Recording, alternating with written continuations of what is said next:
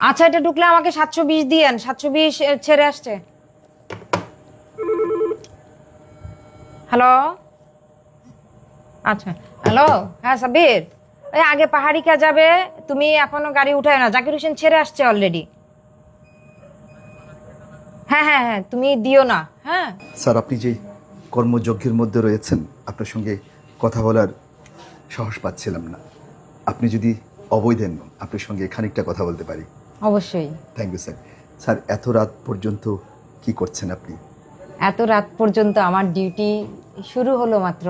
আজকে আমার night duty রাত 10টা থেকে আগামীকাল সকাল 8টা পর্যন্ত আমার কর্মঘণ্টা। হ্যালো, চট্টলা যাচ্ছে। হ্যালো, এই যে সিগন্যালগুলো একটা একটা করে ক্রস করার সাথে সাথে রেড হয়ে যাবে, এবং গাড়িটা যে যতটুকু আসছে ততটুকু রেড। এই যে রেডটা হচ্ছে আমার ট্রেন। হ্যাঁ। ওই যে ফিল্ডে দেখা যাচ্ছে, ওই যে। আচ্ছা আচ্ছা।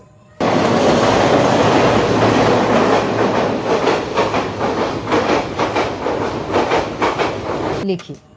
হ্যালো, 815 82।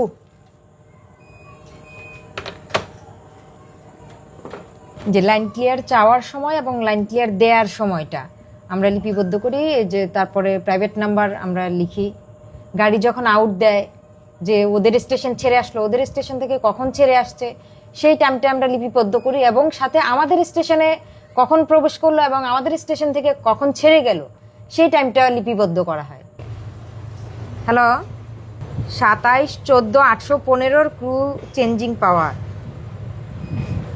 ওটা হচ্ছে 26 ইঞ্জিনটা বের হইলে আমাকে একটা কল দিও। 27 14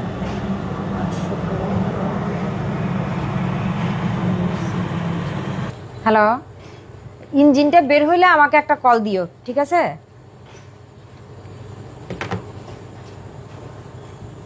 স্যার, জি নতুন করে যারা এই পেশায় আসতে চান, জি।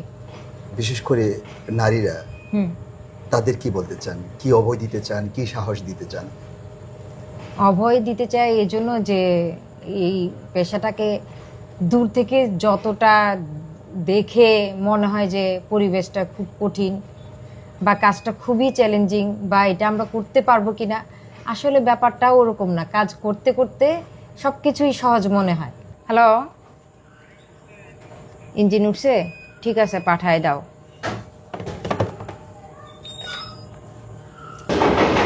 আচ্ছা, পাহাড়িকা নাও 31।